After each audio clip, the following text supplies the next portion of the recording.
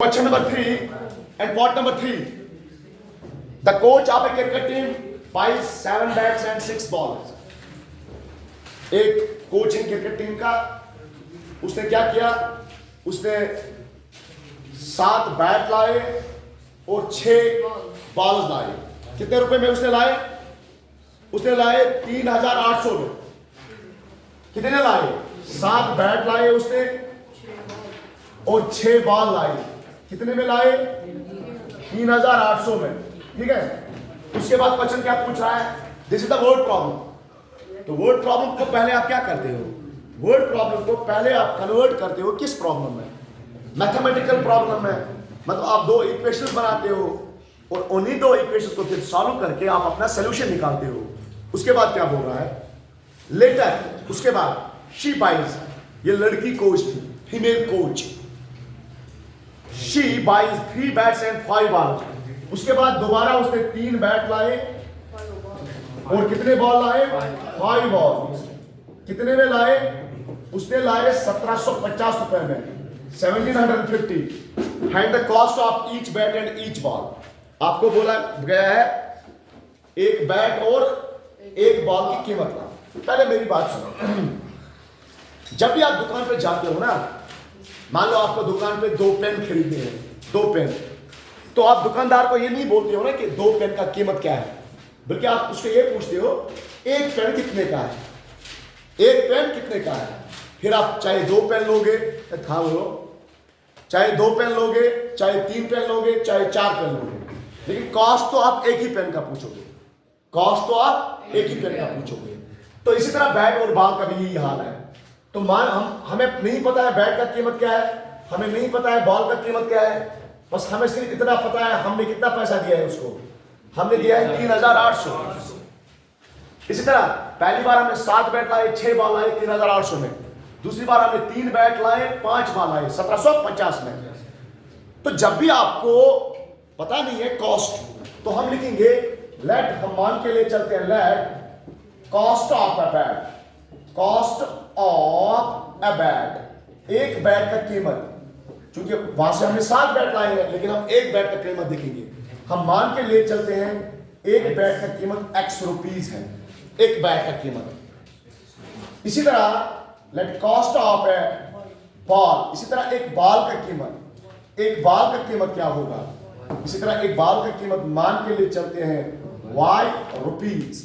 Rupees में cost होता है इंडिया में, ठीक है। According to question, according to question, ATQ, according to question, पहली बार पे कितने लाए? 7 बैट्स। अगर 7 बैट्स लाए तो कुल मिला के बैट का कॉस्ट कितना बनेगा? 7 बैट्स लाए आपने, multiply by cost of a bat, 7 into x, क्यों x बनेगा? 7 बैट लाए, मान लो 10 रुपए का बैट है तो 7 बैटों का कितना कीमत होगा? 7 into 10। 100 रुपए का बैट है तो 7 बैट का कितना कीमत होगा? 7 into 100। x कॉस्ट है तो 7 into x एक बैट, प्लस साइमल्टेनियसली उसने बैट भी लाए हैं और क्या लाए हैं? बॉल भी लाए ना। कितने लाए हैं? 6 ball, that is 6 into cost of A ball. एक गेंद कितने कीमत की है? तो कुल मिला के पैसा कितना भरना पड़ा? 3,800। ये बन गया हमारा इक्वेशन फर्स्ट, ये बन गया हमारा इक्वेशन। उसके बाद एंड दूसरी इक्वेशन, उसने उसके बाद भी लाए ना, क्या उसके बाद क्या लाया है? 3 बैट लाए हैं, 5 गेंदे लाई हैं, कितने में लाए हैं? 1750 में। तो क्या बनेगा? 3 into x, number of bats 3 है, cost of a bat x है, तो टोटल बनेगा कॉस्ट बैट का 3x, प्लस बॉलें कितने हैं? 5 बॉल्स, 5y, कितने में? 1750। ये बन गया इक्वेशन सेकंड। आपके पास इक्वेशन फर्स्ट भी आ गया, आपके पास इक्वेशन सेकंड भी आ गया। क्या आ गया? आपके पास इक्वेशन फर्स्ट भी आ गया और आपके पास इक्वेशन सेकंड भी आ गया। जब आपके पास इक्वेशन फर्स्ट भी आ गया, सेकंड भी आ गया, तो अब आप सॉल्व कर सकते हो किस मेथड से? By using the substitution method. तो सब्स्टिट्यूशन मेथड हमारा क्या कहता है? फ्रॉम इक्वेशन फर्स्ट, हम इक्वेशन फर्स्ट को लेते हैं। What is our equation first?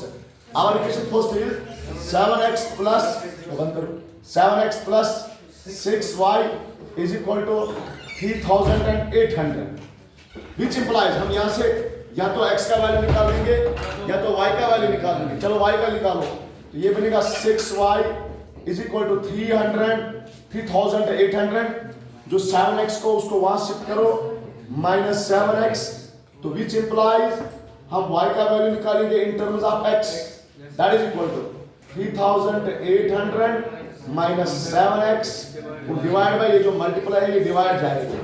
तो निकाला हमने y का value in terms of x equation first से। अब डालोगे कहां? डालोगे यूज इन इक्वेशन सेकंड। अब देखो इक्वेशन सेकंड क्या बनेगा। इक्वेशन सेकंड हमारा बनेगा, इक्वेशन सेकंड बनेगा हमारा 3 into x plus 5 into y। y का वैल्यू क्या है? 3800 माइनस क्या है? 7x डिवाइड में क्या है? 6। ठीक है, y is equal to 3800 minus 7x divide by 6, तो ये बनेगा इज इक्वल टू क्या बनेगा? इज इक्वल टू बनेगा 1750 रुपए। क्या बनेगा? 1750। तो ये बनेगा 3x plus 5 into 0 that is 0, 5 into 0 that is 0, 5 into 8 that is 40, 40 carry आ गया, 4 3s are 15, 19 आ गया शायद, minus 5 3s are 5 7s are 35, साथ में x आएगा, लेकिन डिनोमिनेटर में क्या रहेगा? 6 इज इक्वल टू क्या होगा?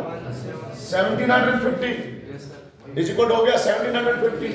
अब क्रॉस करो, इसको इसके साथ मल्टीप्लाई, इसको इससे नीचे से आपस में 6 into 3x that is 18x plus 19000 minus 35x, क्योंकि 1 को इसके साथ करना है।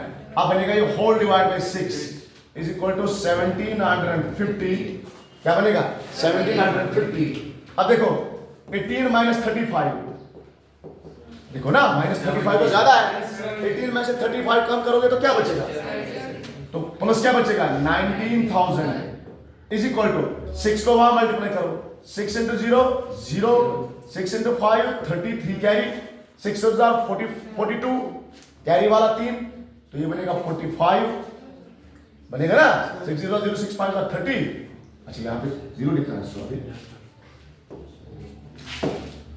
6 5s are 30 0, 6 5s are 30 0, 6 7s are 42 plus 3 that is 45, 6 1s are 6 plus 4 that is, ये बनेगा minus 17x is equal to 10500 minus करो 1900, ये डबल जीरो होगा 19000, तो ये बनेगा minus 17x is equal to this minus this, ये बनेगा minus 8500, यहां से भी माइनस यहां से भी माइनस, तो x आएगा 8500 डिवाइड बाय 17।